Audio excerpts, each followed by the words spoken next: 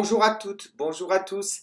Il n'a fallu que quelques instants en avril 2019 pour que la cathédrale Notre-Dame de Paris brûle aux yeux de tous. En réponse à cette injustice, Marie-Madeleine James invite à considérer le temps long des cathédrales et la patience nécessaire à la genèse d'une œuvre, le temps de la décision, le temps de la construction, taille du bois, façonnage de la pierre, soufflage du verre, mais aussi le temps de la lecture du monument et de sa compréhension.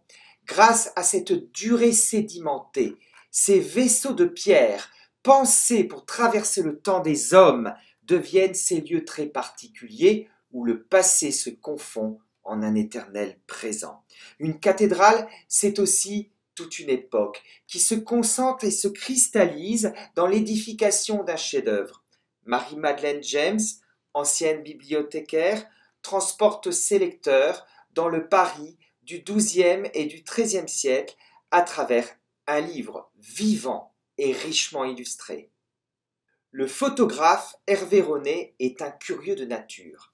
Il est tombé en curiosité dès son plus jeune âge et amasse, entasse, amoncelle, accumule toutes sortes d'objets qu'il prend plaisir ensuite à assembler.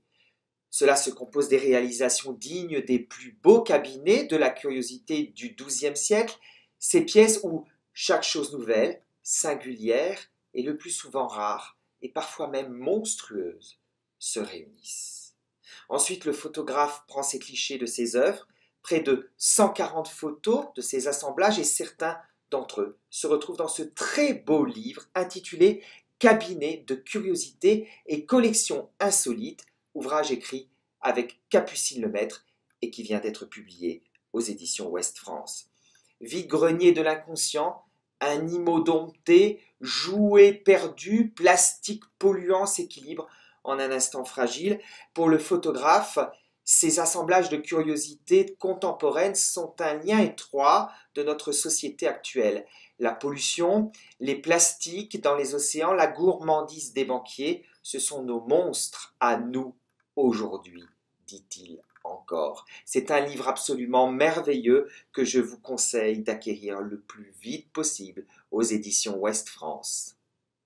La Bretagne magique de Jean-Luc Banalec est une invitation à vivre la Bretagne, car avant d'écrire ses romans, Banalec a parcouru sur les traces de Flaubert et de Maxime Ducamp les côtes du Finistère, du Morbihan et les Côtes d'Armor, la Bretagne intérieure.